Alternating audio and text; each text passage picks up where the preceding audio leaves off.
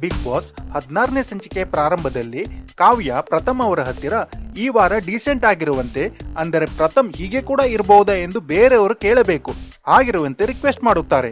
ಪ್ರಥಮ್ ಅದನ್ನು ಒಪ್ಪುತ್ತಾರೆ. ಮಧ್ಯಾಹ್ನ ಸಂಜನಾ ತಾನು ಬಾತ್ರೂಮ್ ತೊಳೆಯಲ್ಲ ಎಂದು ಭುವನ್ ಹತ್ತಿರ ಹೇಳುತ್ತಾರೆ.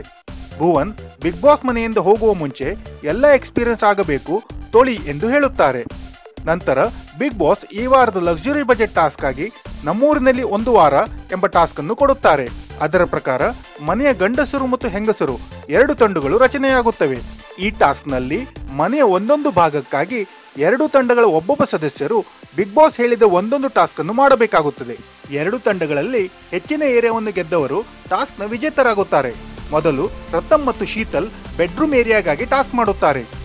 ಟಾಸ್ಕ್ ನಲ್ಲಿ ಬಿಗ್ ಬಾಸ್ ಹೇಳಿರುವ ವಸ್ತುಗಳನ್ನು 2 ತಂಡದವರು ಹುಡುಕಬೇಕಾಗುತ್ತದೆ. ಪ್ರಥಮ್ಗೆ ಗೈಡ್ ಮಾಡುವ ತರಾತುರಿಯಲ್ಲಿ ನಿರಂಜನ್ಗೆ ಮತ್ತು ಭುವನ್ಗೆ ವಾಗ್ವಾದ ನಡೆಯುತ್ತದೆ. ಅಂತಿಮವಾಗಿ ಪ್ರಥಮ್ ಎಲ್ಲಾ ವಸ್ತುಗಳನ್ನು ಹುಡುಕುತ್ತಾರೆ ಮತ್ತು ಮೊದಲ ಟಾಸ್ಕ್ ನಲ್ಲಿ ವಿಜೇತರಾಗುತ್ತಾರೆ. ಬಿಗ್ ಬಾಸ್ ಎರಡನೇದಾಗಿ ತಿಂಡಿ ಭೂತ ಎಂಬ ಟಾಸ್ಕ್ ಅನ್ನು ಕೊಡುತ್ತಾರೆ. ಇದರ ಪ್ರಕಾರ ಕಿಚನ್ ಏರಿಯಾಗಾಗಿ ಕೀರ್ತಿ ಮತ್ತು ರೇಖಾ ಬಿಗ್ ಬಾಸ್ ಕೊಟ್ಟಿರುವ ತಿಂಡಿಗಳನ್ನು ತಿನ್ನಬೇಕಾಗುತ್ತದೆ. ಆ ಪ್ರಕಾರ ರೇಖಾ ಎಲ್ಲಾ ತಿಂಡಿಗಳನ್ನು ತಿಂದು ಟಾಸ್ಕ್ ನಲ್ಲಿ ವಿಜೇತರಾಗುತ್ತಾರೆ. ಬಿಗ್ ಬಾಸ್ ಮೊದಲೇ ಹೇಳಿದ ಪ್ರಕಾರ ಸೋತವರು ಗೆದ್ದವರ ಏರಿಯಾ ಬಳಸಲು ಸುಂಕ ಕೊಡಬೇಕಾಗುತ್ತದೆ.